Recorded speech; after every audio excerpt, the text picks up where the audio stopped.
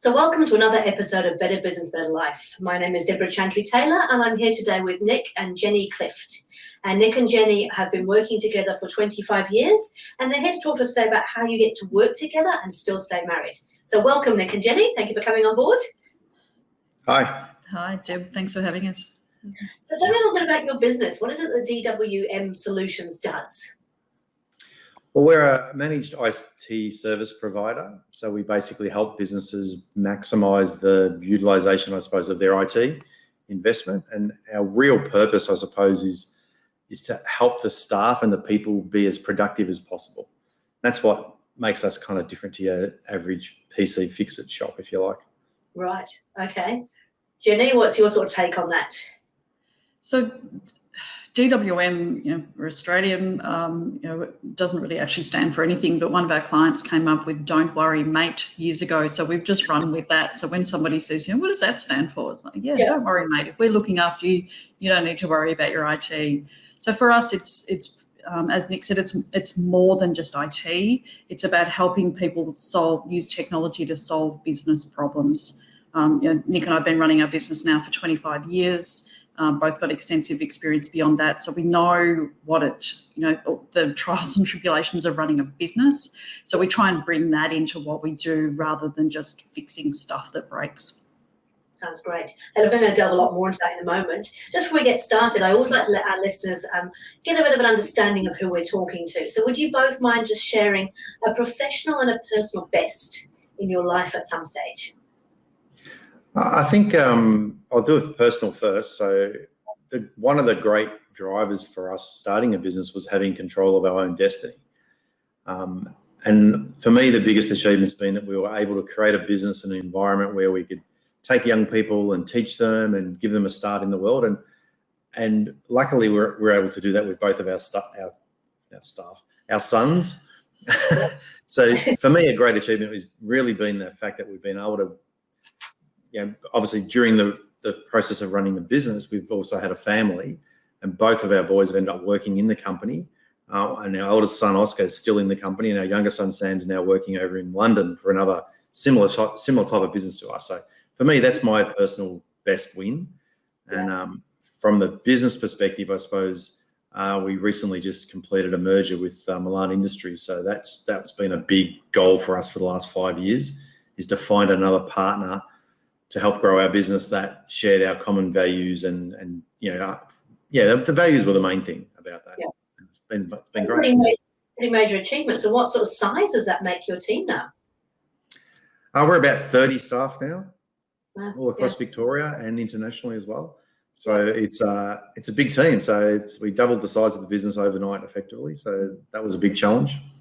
Yep, fair enough. Jeni, what about yourself? Nick stole both of mine. I'll have to think of something else. So definitely personal. I trained as a coach back in about 2016, 2015, somewhere around there.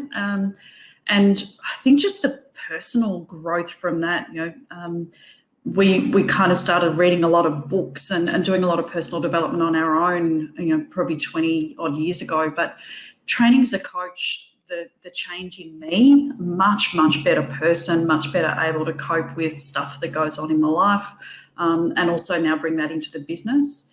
But what I'm seeing is the relationship with the boys who are now in their early mid-20s, and just have an awesome relationship with both the boys. As Nick said, one here working in our business, the other one's in London. And business, I think a little bit along the lines of what Nick said, two of our team started with us straight out of high school, 18, 19 years old, put them through traineeships. They both actually left, one for about a year, one for a few years, and have come back. And for me, it's just that real feeling of pride. They're, absolute rock star employees, really solid performers, would do anything, all of our staff, I always say that they'd walk over hot coals for us, and the culture that we've created. But to sit back and look at, these guys and go, they've been with us a long time. They came with it to us really young, one straight out of uni as well, still with us. They've got married, they've had kids, and they're just part of the family. Wow, that's awesome. That's really lovely. Yeah. Cool. Okay, so I'm really intrigued because I've recently got married, as you know, and I love my husband dearly, but I could not imagine ever being in business with him. And he'd say exactly the same thing about me as well, so there's no surprise there. What on earth possessed you to go into business together? It's funny, I actually look at in the reverse and say, why wouldn't I want to build a business and a lifestyle and our legacy with anybody but Nick? Why would I want to do that with somebody else? Yeah, fair enough. Nick? Yes, that's true. Well, just for the record, we have been married for 30 years, yes, and we've been working together for 25 years. And I think it is awesome, and it's a bit unique, but like we have the same passion, and we would go for hours and hours. Like this is the first time today I've spoken to Jeni. So even though we've worked together for 25 years, we have different roles. And I think that's the secret is don't get in each other's business. Like you've got your role, I've got my role. When issues pop up, you talk about it, but that generally happens at home, not at work. And as long as you've got a vision of where you're going to, that everything else, all the little bumps in the road can come up and be overcome. It's really having that big picture of where are we trying to get to in the business and in our lives. And that's what keeps it together and keeps it neat. And I agree with Jeni. Like if I had to spend, 70, 80 hours a week with someone in the business, why wouldn't I want to spend it with my partner? Yeah. I love you, Milan, but not as much as Jeni. We'll catch up with Milan in a later episode, won't we? So we'll ask what his opinion is. Yeah. Okay, cool. So and we've been able to use the business to travel extensively. So, back in the olden days when we could actually travel, we'd have a week's conference in, 4 or 5 days, whatever, in the US. We'd go to Mexico for a week and we'd come back to another conference for another few days and then come home. So, and to be able to do that together and, go to conferences and, just constantly looking for ways to improve ourselves, have those experience. Again, love you, Milan, but not doing that with you. So you said that you've got the quite distinct roles. Are you actually co-founders though? Did you start the business together? Yes, we did. Yeah. Okay. And, sorry, go on. Yeah, it's kind of started off with, as a tech, I was the tech, the engineer. We had a contract to deliver some services to regional Victoria, and I kind of ran the engineering side, and Jeni ran all the finance and the whole admin, everything like that. And we quickly developed the team up to about 20 staff. And then we brought some partners in, and that didn't go so well, so we kind of had a reboot. And it was about the time, in about the mid-2000s, 2008, we decided to bring a coach into our business. And I think it was actually for one of the staff before for us. And we kind of went around this path, and we ended up joining a peer group, and we got a business coach in to help us with some stuff. And that's when things got really interesting, because that was like Jeni kind of, her role dramatically changed. Like the coach basically said to us, you guys are not going anywhere because you have what I call a love fest. There were kind of 3 partners in the business, and we all worked as leaders and managers. Not holding each other accountable. Yeah, and there was no hierarchy and there was no accountability. Yeah. So he basically just went around the room, and we were just all kind of not wanting to make any decisions. And he says, righto, I've had enough of this. Jeni, you're the new general manager. Nick, you're in charge of sales, and Rod, you're in charge of service. And that was it. And it was like a bombshell. And Jeni wasn't expecting that. None of us were expecting any of that stuff. But that was the start of setting us up to be even more successful. So I went from being the kind of managing director, running everything, and Jeni helping me, to now she's the boss and I had to report to her. So that was a challenge. Yeah. Oh, yeah. How long did you sulk for? 2 years. I love it. I guess, yeah. So how did that feel for you though, Jeni? Like suddenly being thrust into, GM, that's a fairly meaty role, right? Oh, absolutely. And, we had 20-something staff at the time. Nick actually sulked for 2 years. By his own admission, he used to say it was 1 year. And then after a while, he said, actually, I think it was 2. And our other partner was even worse. So in the end, we decided to part ways with him. we'd brought a coach in prior to work with a member of the team, and I don't know why things happen the way they do, but then I actually started working with her because I had to make that real mindset change from I'd always looked at myself as really not adding much value to the business, and honestly I thought I did all the shit that nobody else wanted to do. Well, the boys went and did the real work, and that was all about me and the way that I thought it probably wasn't what anybody else thought. And Nick said to me since, you're the one who kept everything going, but that's just not the way that I saw it. So I started working with the coach to really, what's a general manager? How do I step into that role? How do I manage these two people that are saying, yes, we think you can, but their actions are saying otherwise? So that was a real transition for me, and I guess part of my real personal growth to be able to hold myself accountable, to hold my two partners, one of whom I'm married to, accountable, and then flow that down into the team. And I think that's really when the business went from being a standard run-of-the-mill tech company run by a tech to, for me, it's all about people. And we really started to transition that into that sort of people-driven culture IT company, which is really quite different to what most are, particularly then back in 2010.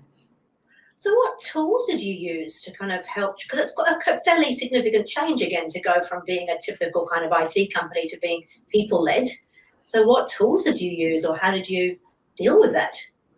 We tried lots of different things. So we love going to conferences. It gives us the ability to travel, but it's also, what do other people do? And the IT industry is really unusual in that we love to help each other. We'll, tell each other how we do things and share experiences and tools. So we tried different things, and some worked, some didn't. And then probably 3 years ago now, we're at a conference. And as we always do, Nick went to one session, I went to another one, and because we've been looking for something that gave us the ability to get out of operational roles. We'd always had this dream of being an employee-led business. For Nick and I to be able to get out of our employees' way and let them run the shop. And so we went off to different sessions and met afterwards, and Nick's gone, oh my God, we're going to have to try this EOS thing, because the session I went to, the guy was talking about EOS and the book Traction, and I went, this book, the person that I'd sat next to in a completely different session, not about EOS, he and I, the guy that I sat next to, we started chatting before it started, and about, stuff. And he came up to me after the session and he said, this is the book, you've got to get this book, you've got to do this. So we went, okay, it's a sign, and came home, and then sort of went on the search to find an EOS implementer. So that was the big change. And now I'm out completely. I contract a couple of days a week for people and culture. So coaching, development, training, that sort of thing. And Nick is now completely non-operational. He's our visionary, and he's literally just gone into that role and now trying to figure out what does a visionary do to add value to the business, because it's really easy to kind of go back into what you know, which is sales for him, and just get busy doing stuff, and then a month later you're back into the trenches, which is where neither of us want to be. Yeah. So for those who don't know EOS, it's the Entrepreneurial Operating System. It kind of focuses on those 6 key areas of your business. And you traditionally have sort of a visionary who's that high-level person who is, taking the business forward, looking what can be done, looking for those big opportunities. And then you've got the integrator being the next level down. So do you have an integrator now in the business? Yeah, we do. So we went through the merger back in July, and we had a member of the team as our integrator, but we've actually just swapped some roles around again.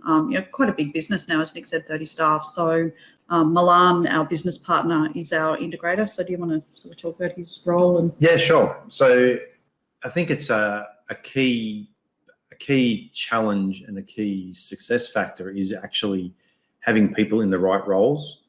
Yeah. And those roles and those people change over time. So there's an old saying that what got you here is not what's going to get you there. And it's so true. And the great thing about the structure we've got in place with EOS is that we review that every quarter. So our leadership team has changed dramatically every quarter in the last 9 months, because we put the two companies together and said, right, everybody's in. Yep. And then that filtered out, and there was some, roles that kind of obviously didn't need two people doing the same job, so that changed. And then there was other roles where that didn't make sense, or that didn't fit their skill set, and it's just an evolution over time. So, this last quarter, Milan's taken on the integrator role, and he obviously ran his own business, Milan Industries, and did everything, so he knows it intimately. Yeah. And he's much more systems orientated and data driven than what I am. I go off gut feel and what solves problems, not necessarily technically stuff. So it's shiny objects. I might have the occasional shiny object, yeah. That's something interested. But it's a good process, and regardless of whether it's EOS or something else, you definitely need to have a system and a methodology on how to help people be the best they can possibly be. And that's what the challenge for us in our business is, not necessarily finding technology and finding clients, it's finding good people. Yeah. And sometimes you can't find them, you have to build them. And so having a process where you can bring someone in at a level and then know that they've got a growth path to get to the next level is super important. And we've got a number of staff on our team now that have, like Jeni said before, started straight out of school. And we're recruiting right now for people as well. And it's really exciting to see new people come on and go, oh, wow, you guys have got all these systems and processes. I can see where to go and I can see how to be successful. This is fantastic. Yeah. And it's really interesting because, Jeni, you're also an EOS implementer, and as I am, and so we now work with other businesses helping them to implement this system. I don't know about you, but I'm always a little bit gobsmacked by some of these sort of, quite large established businesses that have been going for quite a long time, and yet are missing some of those basic kind of things that can really make a huge difference. Oh, do you see the same? I run some mastermind groups, and I'm constantly amazed at the lack of knowledge of some business owners, the lack of systems and structure, and they've got so much stuff in their head, and and I know we've fallen into this trap before. We employ smart people. Why don't they know what to do and do the right thing? Well, because they can't see into our heads and know what that is, and we're not able to articulate that. So something like EOS gets all of that stuff out of your head into a system, into a document, into processes and procedures and policies and all of those sort of things that people can then look at, understand. If they don't, they can ask questions, and it becomes scalable. But there are so many, and we're seeing now, particularly after COVID in our industry, of lots and lots of baby boomers who built this business that might have been going for 20 or 30 years, and that's been their nest egg, their retirement fund. But because everything's still in their head and they are integral, the whole business revolves around them. They can't sell it. Yeah. And that superannuation, that's their retirement, is actually worth nothing. And it's heartbreaking. We've had these conversations with a number of people who've said, would you buy a business? This is what we think it's worth. And we've looked at it and said, well, it's actually not worth anything, or, maybe, 50 grand. And they're thinking millions. And, so something like EOS gives a business that structure that then actually makes the business run. You can get out and get, as your podcast, have a life. We can go away for a month and nothing breaks. We had a month of 5 weeks in Europe, Christmas a couple of years ago, and we got 3 phone calls. One of them was Nick's dad. They don't need us, which is exactly what we want, because that structure, that system, just means that the business can run without you. That's fantastic. And I guess that means it kind of allows you to get on with the things that you're really good at and really love doing, rather than all the stuff that often as business owners, we're doing everything, right? Yeah, and becoming an EOS implementer. Yeah, that's right. So what has been the biggest kind of challenge that you guys have had as a husband and wife working together? I'll talk about one. Years ago, I went to a vendor event, and Nick was supposed to attend, and I think he was actually sick, which is unusual. So I went with 4 of our staff, and the 5 of us walked in, and the vendors said, "Oh, great, you're here. Where's Nick?" And we said, "Well, there's 5 of us. Does that not make up for Nick?" And they said, "No, not really." Nick was the business. When everybody thought DWM, it was Nick. And I always kind of felt, completely sort of overshadowed and, a bit of, played second fiddle. And then Nick went to an event at Christmas time, just gone, and walked in and they all went, "Oh, Nick, where's Jeni?" So for me, that was always a real challenge of nobody saw me. I was kind of invisible. And I think a lot of women in husband and wife businesses are, you're perceived as the bookkeeper, the one who makes cakes on people's birthday, cleans the office when everybody's gone home. That's the sort of perception. So for me, that was always a real challenge. I always felt that my surname, maybe I should have gone back to my maiden name so people didn't know that we were married, so that I actually sort of was seen a bit more valued more. Yeah. Yeah. Yeah. Um, How did that affect your relationship? Because I wouldn't mind betting that there may have been a little bit of sulking going on with Jeni. No, it's been perfect all the way along. Oh, okay. Yeah. No, it's really interesting because it's the key thing for us, I suppose, is there's always been ups and downs, but we've been, whether it's by design or by good fortune or luck or whatever, but we've never both been down at the same time. Right. So whenever something's gone wrong or we've lost a big customer or a deal didn't go through or I felt like I'd screwed up or a key staff member left or something, I'd be moping around and then she'd be fine. Like, okay, come on, we just got to focus on this. What do we need to do? And vice versa. If something else happened and Jeni was down, then I was up. So luckily we've never been both down at the same time. And I think that comes about having a shared vision and shared goals and what are we doing this for? We have definitely always had the attitude that we're not going to work in our own business for a job. For those out there that are thinking of starting their own business, especially with their partner, you work twice as hard for half as much money, but you do get to have control over what you're doing. And the upside, the benefits are amazing when you get it right. And for us, we've had an amazing lifestyle and we've lived a fantastic life with our kids all growing up through school and now they're in their 20s and they're independent off doing their own thing. That for us was our number one goal. And now we're approaching our middle ages. The challenge is to reset that big goal and that big focus on what's next. So we had 3 or 4 years ago, we set this goal to do a merger and bring our businesses together with somebody else. So we've kind of achieved the first part of that, but now we're on a more of a strategic business growth strategy versus a family lifestyle strategy is what we had for the first 20 years.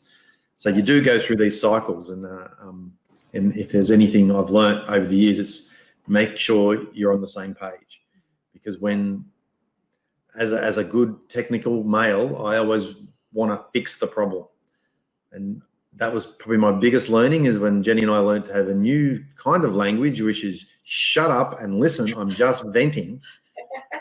Yes. Do not try and fix anything. When we got that language right, it was so much better for everybody. And I think I've actually said to him, I don't care if you're not listening, just look like you're listening. It's brilliant. Yeah, it's funny because there's obviously some quite distinct differences between males and females in the way that we do communicate. So it's good that you've been able to recognise that and find a way to deal with it. Do you use the whole EOS stuff for your family life as well? No, we've always been pretty good at setting goals and having things that, and as when we sort of reflect back, say, the times when we've been really focused and really, kicked goals and got stuff happening is when we've been really clear on working towards something. And the times that we've been kind of lost and drifted and really not achieved very much is when we haven't had those goals, or, we've reached something and then haven't reset them. So we probably have by default, but we don't use it, like we don't have our vision traction organizer for ourselves for the next 3 years. I think we probably, right now where we are, we probably actually need to do that because we've got some pretty big plans for what we want to achieve over the next couple of years. But I think we've kind of done it by default. And I think the 3-year picture, when you start to paint the 3-year picture, that brings into aspects of where do you want to be, what do you want to be doing, doesn't it, as well? Yeah. So, It's great to see that you're continuing to grow. Can't wait to see how it goes going forward. Before we finish up, I'd love for you to share 3 tips with our listeners that could actually help them and that they can go away and have action straight away. Yeah, so I think based on the theme of this podcast, which is working together, the number one thing is to never ever assume the other person understands what you mean. And it's specifically important with your partner, but it's also very important with staff as well. So it's very easy for someone with my personality. I've got a great idea. I've told you what this great idea is. Just go and make it happen. And they might go, oh yeah, that's a great idea, but have no plan on how to execute. And vice versa. Jeni can be telling me something and I'm going, yeah, whatever. And I haven't really understood what you want. So there's an expectation. What was it? I heard the other day, disappointment equals expectation minus reality or something. It's like, I didn't even know you expected me to do that. So how could I ever be successful? So just get clarity on what you're doing. And if you're not sure, don't be scared to put your hand up and ask the question. I mean, that's the number one thing I've learned. Perfect. And I'd say work to your strengths. It's much easier to work to your strengths than try and fix somebody's weaknesses. So really, particularly as a couple, Nick's thing is sales, mine's people, and with our merger, Milan's is tech. So perfect for our industry. And we're really clear on, I look after the people, Nick's head of sales, and Milan looks after the tech side of the business. So understand what those strengths are and stick to those and stay out of other people's business. Yeah, perfect. One final tip. Have fun. You don't want to start a business and have it be the dreadful job you don't want to turn up to. I mean, life is truly too short. Yeah. And I have definitely, there's a balancing edge there. Like I think at some points during our journey, we've probably lived too much in the present and had too much of a good life, like right now and here with our kids, and we've done lots of stuff and not had that long-term planning. So there is a balance, but you don't want to be just grinding away and drudging away at something you don't like, because there is a way to fix it. And that's what I truly love about the whole EOS thing is it's 90-day sprints. And if it's not working, change it. Don't keep doing it for 3 years. And I used to think that you could, I was really bad at this. You could find a problem, solve it, and set something up, put it in place, and then forget about it. And then all of a sudden it's 3 years down the track or 4 years down the track, and what worked 4 years ago is completely irrelevant now. So, and especially like you think about the last 12 months, what happened in 2019 didn't work in 2020, and that's not going to, what happened in 2020 is not going to work in 21, because we're just changing so quickly. So just constantly questioning the norm, I suppose, and never ever it's not set and forget. Yeah, that's perfect. Great. Okay, so, well, thank you. We've come to the end of our sort of 20, 25 minutes, so I really appreciate your time. If people want to get hold of you at DWM, how do they get hold of you? So website, www.dwm.com.au. Emails are jeni.clift@dwm.com.au and nick.clift@dwm.com.au. Both on LinkedIn, both on Facebook. Nick checks Facebook about twice a year, maybe once a year, but probably LinkedIn is the best. Unfortunately, my mother couldn't spell when she named me Jennifer with one N, so the spelling of my name is Jeni. So makes it difficult, but lots of places to get hold of us. That's fantastic. Hey, look, I really appreciate you giving me your time today and sharing with the listeners. I'm looking forward. We're going to get your partner on board, and Jeni, you and I are going to chat about the EOS stuff as well. So we'll see you again. But again, it is Friday after a very, very long day, so I really appreciate it. Thank you. Fantastic. Thanks. Lovely to be here.